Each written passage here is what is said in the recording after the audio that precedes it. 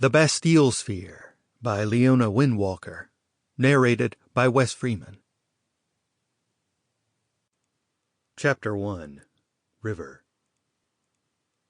Don't forget that your papers are due Tuesday. I recommend that you use the time over the weekend to give your work a final proofread and to double-check it is formatted correctly.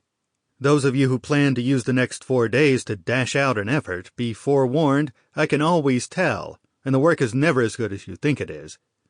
I sincerely hope none of you are contemplating submitting a purchased paper. We have software to check for that, and you will be expelled. Professor Linden's voice was clipped, and his eyes darted about the room as he spoke, his gaze stopping a few times to land on a particular student before moving on again. I swallowed as his eyes found mine. "Mr. Parker, if you'll please remain after class for a word. The rest of you may go," Linden continued. I inwardly quailed. My grades were sliding, true, but surely he didn't think I was going to cheat.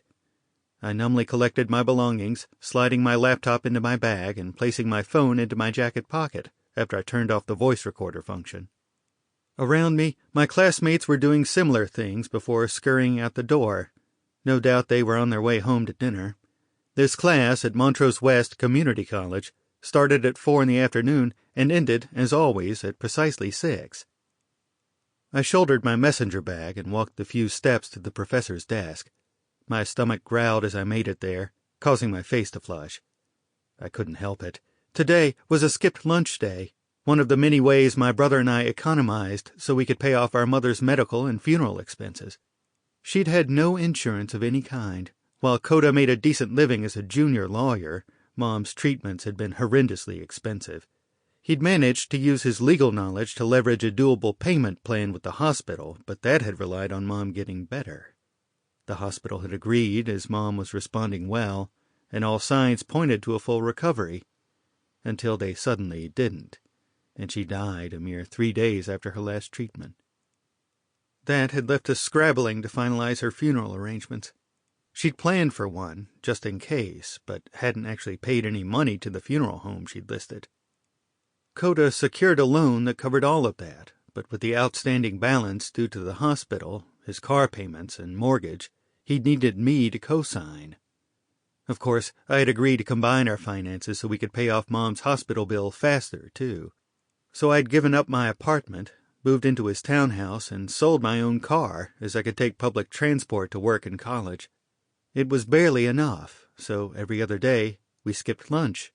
Breakfast was a small pot of yogurt with a handful of generic granola sprinkled on top.